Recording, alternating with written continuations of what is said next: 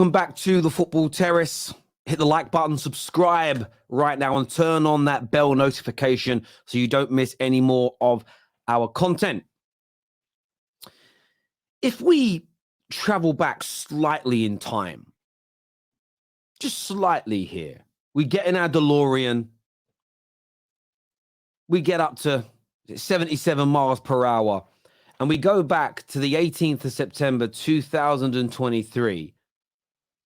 I tweeted that media briefs in preparation for Ten Hag's sacking, leaks concerned the regarding of player treatment and training methods will start soon if Man United don't get wins. And the two stories that I had alluded to was the Manchester United recruitment team don't think Amrabat will succeed in England. He was a Erik Ten Hag target. You had Matt Hughes, who said that there have been concerns raised within the club over the increasing involvement of Erik Ten Hag's agent in terms of the transfer activities. And what I knew would come if the results didn't improve would be stories relating to training methods and the treatment of players. Now, of course, we've seen the stories surrounding Jadon Sancho, the leaks that are absolutely needless, but serve a purpose. The Sancho story has served a huge purpose for the Glazers, the same as this today that claims there is a concern within the dressing room that the intensity of the training sessions set up by Ten Hag and his staff are contributing to fatigue and, in some cases, injuries. And I'm not suggesting for a single minute Ten Hag has got everything right. And I'm going to move on to him in a minute, and everyone knows my opinions on him right now based on his style of play and what he's recently said. But do not allow the Glazers to gaslight you. Do not allow player power to cloud your judgment. Every single manager has gone through this. Every single manager has experienced the problems with recruitment. We don't like how he's treating particular players. These things divide the fan base. And then what you hear, and it happened to every single manager, including Ralf Rangnick, training sessions, intensity, too disciplined, not disciplined enough. School teacher-like training, Lasso style training. Remember all these stories? When I say you're being gaslit is this. It's not about whether Ten Hag is good enough or not. It's about the media via the Glazers gaslighting you into believing that sacking Ten Hag will in the medium to long term improve Manchester United. We may get a coach who plays better football. We may have a resurgence for a period of time, as we got with Jose, as we got with Oli, as we got with Ten Hag. But all these situations end up in the same place again. So I'm asking people to think deeper than just what the headlines say in front of you. Think deeper than just, is this manager working at the club? Stop going for low-hanging fruit. There's another story today that claims that Ten Hag has claimed that Man United are incapable of playing like his successful Ajax team because the players in his squad are more accustomed to long ball football. Now, this is where I'm being balanced here. I think you can heavily criticize Ten Hag. Heavily criticize Ten Hag. This makes no sense as a claim to me. Some have been on loan and are not here anymore, including Sabitzer and Weghorst. But this man has brought 14 players into the club. That is a large percentage of your squad. Plus, he is a coach. And I understand that maybe you couldn't get this team inside a year and a half to play to the level that Ajax team got to when it was in Champions League semi-finals and winning back-to-back Eredivisie. I understand you may not quite get it to that level, but you could at least set the foundation and the template, create the understanding. So every time a new player joins, they're adding to this system you're trying to create.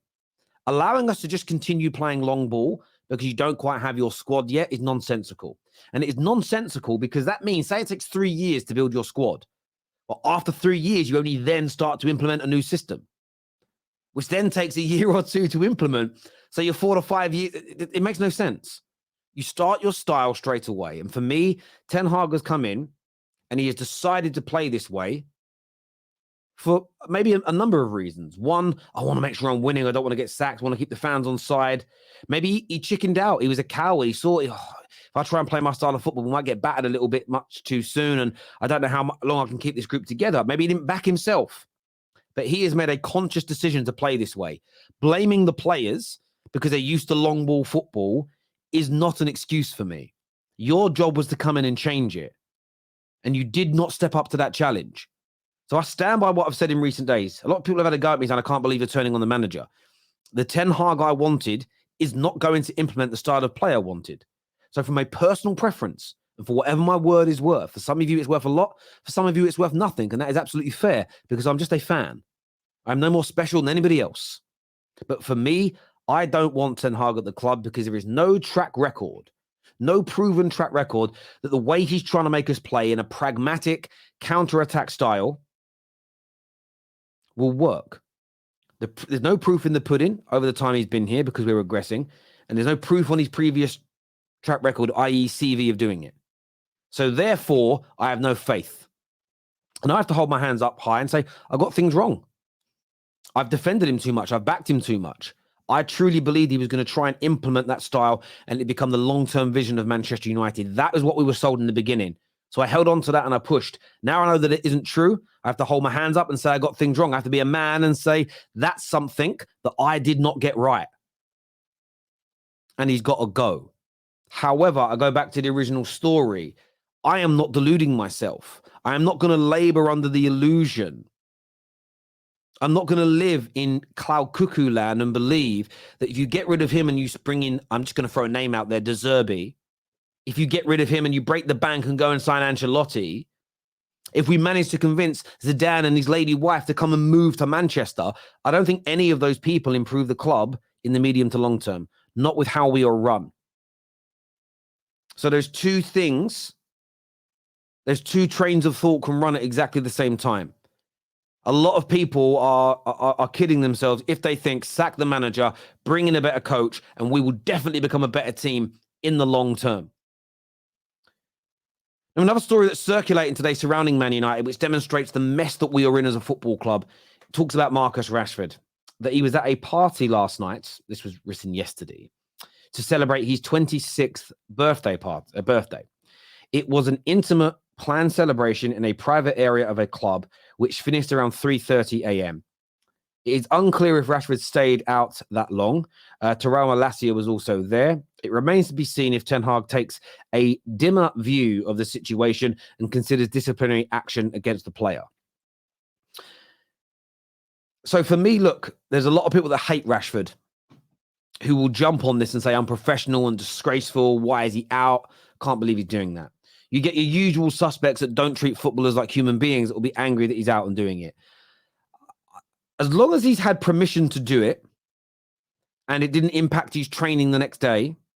So say he was told, you can come in late on Monday morning, it's your birthday, spend some time with your family. I don't know. If he was given permission, I've got no issue with it, personally. The same as I had no issue that Jadon Sancho went to New York a few weeks ago. A lot of people got angry about it. It didn't bother me. I didn't get angry when Pogba was at his brother's wedding having a little bit of a dance. I don't necessarily think that was a reflection of him not respecting Manchester United. So I'm not going to change my energy because it's Rashford. I don't know if all Man United fans can do that because people typically have different energy for other people. But for me, this story is again been leaked to cause further division. Man United fans or certain Man United fans will now look to see whether he's disciplined because does this show a lack of dedication? And is he going to be treated as Jadon Sancho is? And this goes back to the original tweet I put out surrounding player treatment. This is what the media is setting up here. Is Marcus Rashford going to be treated like Jadon Sancho? You and I may not even think the situations are the same, but that is going to be the rhetoric. That is going to be the narrative. And all of this is supported, in my opinion, and pushed out by the board and by the Glazers. Because what they are doing is gaslighting you. They want you fighting over Rashford and Sancho, as they once wanted you fighting over Bruno and Pogba. They want you fighting over whether sacking the manager will work or not. They want you to be lured in to this fallacy that getting rid of Rashford, getting rid of Sancho, getting rid of Bruno, getting rid of Maguire, sacking Ten Hag, bringing in a better, more fashionable coach is going to fix Manchester United. But without fixing the fundamental problems at the club, nothing will ever change. And I'm never going to stop beating that drum. And the sickening thing is this. I've got it wrong about Ten Hag. I thought he could make us much better. But what I am right about is I did say when he was employed, he won't make us better in the medium to long term. We'll never get back to the top because we are not run well enough. And the same processes, the same rinse and repeat attitude, the same media leaks and stories are happening now. And the saddening part for me, the sobering element, is that Manchester United fans are falling into that same exact trap. And I know what the challenges will be, but Terry, you can't excuse the manager's tactics. I'm not. But Terry, you can't excuse Rashford's performances. I'm not. But Terry, Bruno's attitude as captain, I'm not ignoring any of it. None of these challenges are wrong, but they are symptoms of the actual problem. If you have a brain tumor, you will probably have headaches, and you should address those headaches by taking painkillers. But you shouldn't just stop at the painkillers. You have to address the root cause problem, otherwise the headaches will never go. And in the long term, you'll be very, very sick and you'll be stuck. And it's the same thing at Manchester United. Sancho being poor, Rashford being poor, Bruno being poor and insolent, the manager failing. These are symptoms that must be addressed. I agree. But you cannot stop there because they are not the root causes of our problems. The same as Ronaldo was an issue in the team, but he wasn't the problem. De Gea was an issue, but he wasn't the problem. Casemiro this season was an issue in the midfield, but he wasn't the problem. Oli wasn't the problem. Jose wasn't the problem. Rooney wasn't the problem. Fellaini wasn't the problem. Moyes wasn't the problem. LVG wasn't the problem. None of these people were the problem. And it's been proven to you time and time and time and time again. And I can't fathom. It does not compute in my brain. And it could be me. I could just be dense here. I could just be a brick. And I don't get it. But why are we still believing this gaslighting nonsense that the Glazers push out via the media? I want your thoughts and I want your feelings below. This is why I believe Man United have finished. This is why I believe Man United are dead. This is why I believe there's no reviving us until these parasites are gone.